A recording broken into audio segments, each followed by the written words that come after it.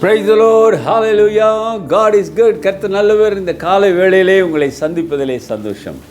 Today is 13th June 2024, Thursday, வியாழக்கிழமை. கர்த்தர் நல்லவர். ஆவலாக இருக்கிறீங்களா?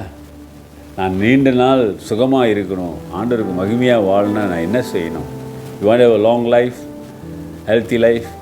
You know what His Bible says? Now we listen to Ephesians chapter 6 in Tamil 3 in English too, okay? Honor thy father and mother, which is the first commandment which promise. தமிழில் 3வது வார்த்தை, உன் தகப்பனையும் உன் தாயையும் கனம் பண்ணுவாயாக என்பதை வாக்குத்தத்தமுள்ள முதலாம் கற்பனையாக இருக்கிறது. அல்லேலூயா. இப்போ 2 3 சேர்த்து படிப்போமா தமிழில். உனக்கு நன்மை உண்டாயிருப்பதற்கும் பூமியிலே உன் வாழ்வு நாள் நீடிப்பதற்கும் உன் தகப்பனையும் தாயையும் கனம் பண்ணுவாயாக என்பதே வாக்குத்தத்தம் உள்ள முதலாம் கற்பனையாக இருக்கிறது. ஹல்லேலூயா. நீ இந்த பூமியிலே நல்லா இருக்கணும், லாங் லைஃபா இருக்கணும், என்ன செய்யணும்? உன் தகப்பனையும் தாயையும் கனம் பண்ணுவாயாக. You want to have a long life, healthy life, meaningful life, to glorify God in your life. The Bible say honor your parents. பெற்றோர்கள்னு போடாம பைபிளில் தகப்பன் என் தாயின்னு போட்டிருக்காங்க, தனித்தனியாய். அல்லேலூயா. சில சமயம் தகப்பன் முதலே இறந்து விடுவான், தாய் தனியாக இருப்பாங்க.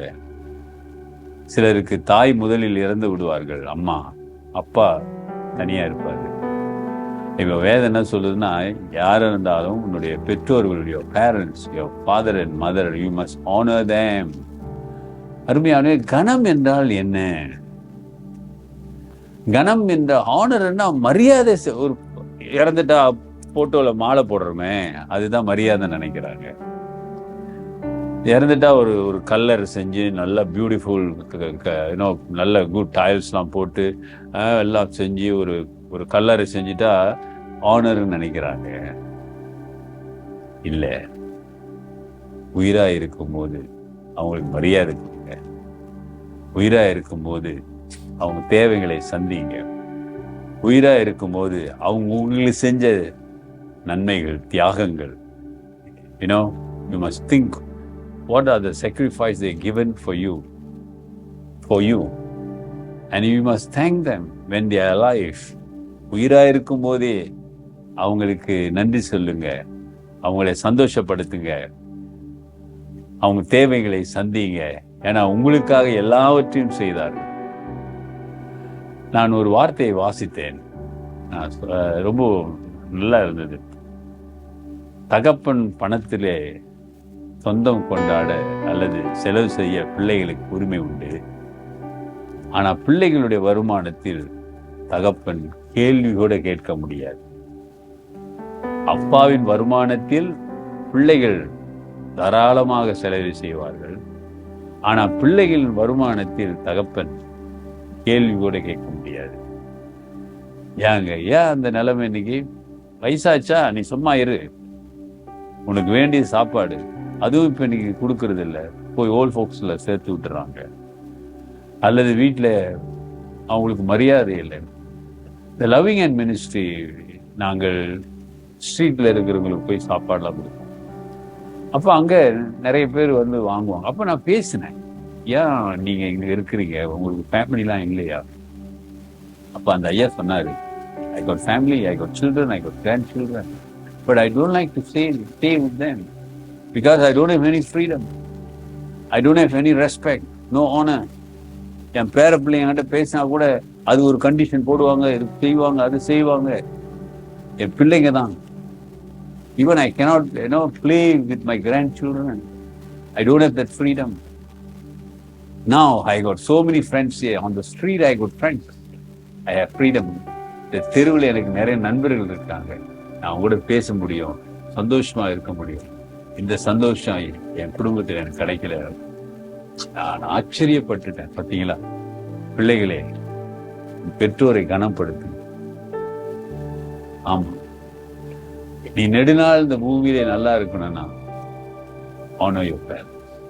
இதுதான் நமக்கு கர்த்தர் கொடுக்கிற ஆலோசனை வசனம்.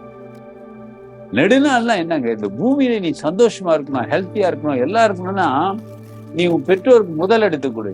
இந்த உலகத்திலேயே நீ முதலிடம் கொடுக்க வேண்டியது பெற்றோர். 10 commandmentல 3 first 3 commandments is our duty to God, our response to God. The next 4th commandment that was next to the God is your parents.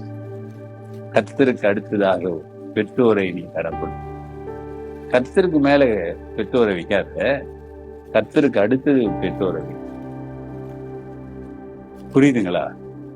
நீ நல்லா இருக்கணும்னா பெற்றோரை கவனி. Give them your best. சிறந்ததை உன் பெற்றோருக்கு கொடு. அது உனக்கு ஆசீர்வாதமாக மாறும். கர்த்தருக்கு வைத்து ஜெபிப்போம். நல்ல ஆண்டவரே, இந்த காலை வேளைக்காக நன்றி. நீர் கொடுத்த ஆலோசனைக்காக நன்றி ஆண்டவரே. Help us to honor our parents, Lord.